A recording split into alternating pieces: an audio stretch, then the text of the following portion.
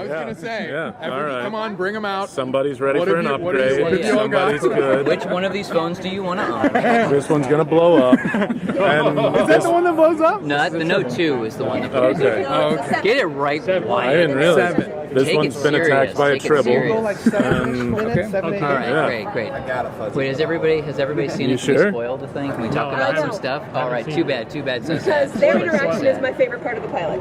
Oh, Yeah. well, thank you It's very mine too, much. because it's Thank all you. I have. I don't interact with anyone else. Oh, So I love and a it. new phone. Is this the Okay. one that blows up? No. Okay. But I This thought is- it was, so I called T-Mobile and yelled at them, and they were like, "No, wrong phone." Really? Yeah.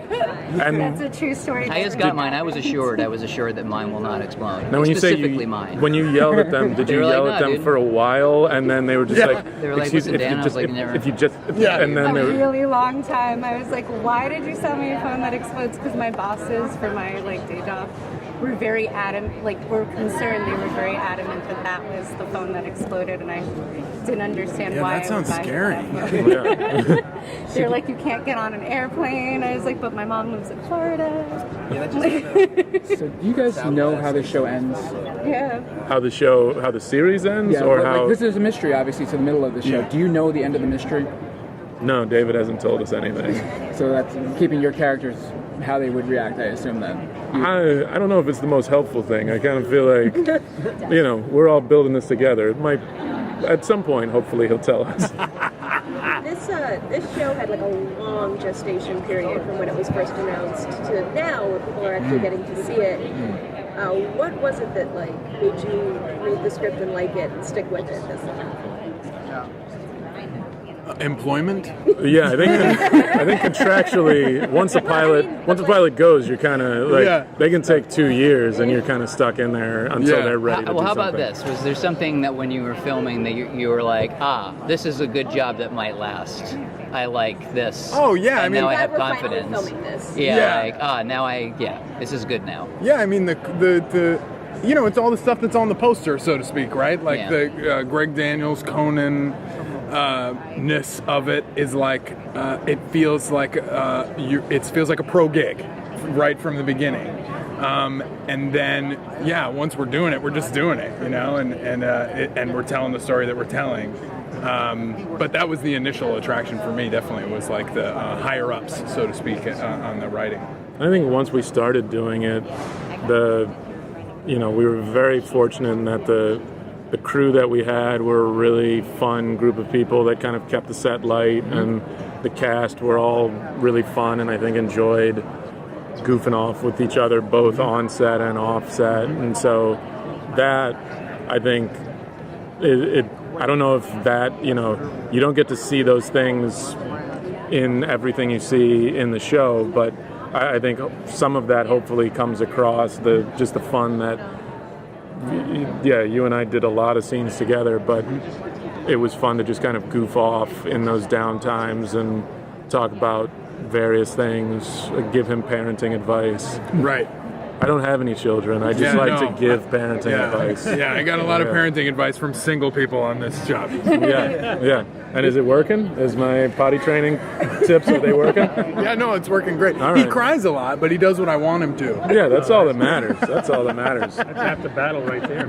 You both have a device in the first episode. You have your chair, your desk, and you have your voice recorder. Will we see those things continue? Will you have weird devices, and will you keep Ooh, talking that's a to good that? question. We see the desk again. I'm trying to think if I have other devices. Yeah, I mean the short answer is as my character's backstory and future story get revealed,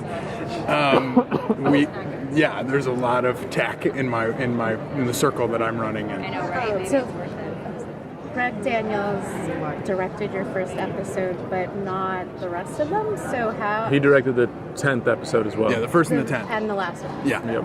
Of the season. Yeah. So, what's it like working with different directors? Do you have one that you favor over others? Does it give a different feel to each individual episode?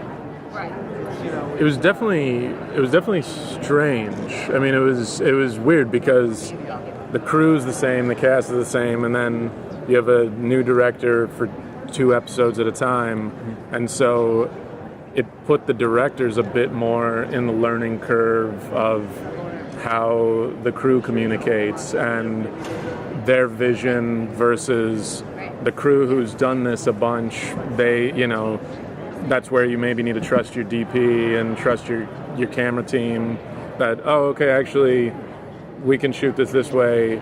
But they were all really nice guys. I think I enjoyed working with Shaka King a lot. I'd seen his film Newlyweds, and so working with him, I think as a director, he was somebody who I think trusted the team and was open to a lot of ideas from anybody and everybody. Yeah, and it's pretty common for the directors to change on episodic TV, the single camera episodic TV. So I was pretty used to it. It was mentioned that beyond the first episode, there's a lot of improv. Did you enjoy doing improv with this cast? Yeah, I mean, these are some of the best improvisers I've ever seen. I mean, Brian Husky, I've been watching Brian Husky for 7 years at UCB as a fan and as just a guy sitting in the seats. And so when I think I only have 2 scenes with him in the first season, but in each case, when I go to work and I see that guy, I'm kind of having like a total theater nerd moment every day. And yeah, I mean, these are some of the funniest people I've ever worked with. So it's like, it feels easy to make it up with them. Yeah, I mean, I think the tough thing is, there's so many talented improvisers from Husky to Anna Gasteyer that you could just put the camera on them and just let it roll for 45 minutes and have something enjoyable and entertaining. The tough thing is, okay, we still have to stay on story. There's a lot to lift here. Mm-hmm. There are so many characters to service. There is, this science fiction element. There is the sort of character development that has to go on. And so it's really, that's, I think, the tough thing is it's so much fun to watch everybody improvise and to take part in it. But then also remembering, oh, right, we still have a show to make. And the series. So your character, beyond the twist that I'm not going to spoil for others, I guess. Part of what lets him get away with being that weird is that he is a CEO and he has a lot of money, and that always lets people get away with being weird. Is there like a group of people that you based him on? It's like, where would he fit in the like grand scheme of weird tech CEOs? Oh yeah, that's an interesting question. I definitely because I knew a little more about my character than the audience knows in the pilot. And because of that, there was a part of my characterization that was lampooning that world of like the super privileged white guy, definitely. And that's in the writing, it's in the set design for this character and stuff like that. So by the time I walk on set to tell those jokes on this show, I'm the last person to tell, like I'm the period at the end of that sentence, and it's pretty easy to just walk into. It happens when I put the shirt on, it happens when I loose up the goofy boots, it all sort of comes together, and I just sort of like put a little sort of twist on it at the end. Thank you guys, appreciate it.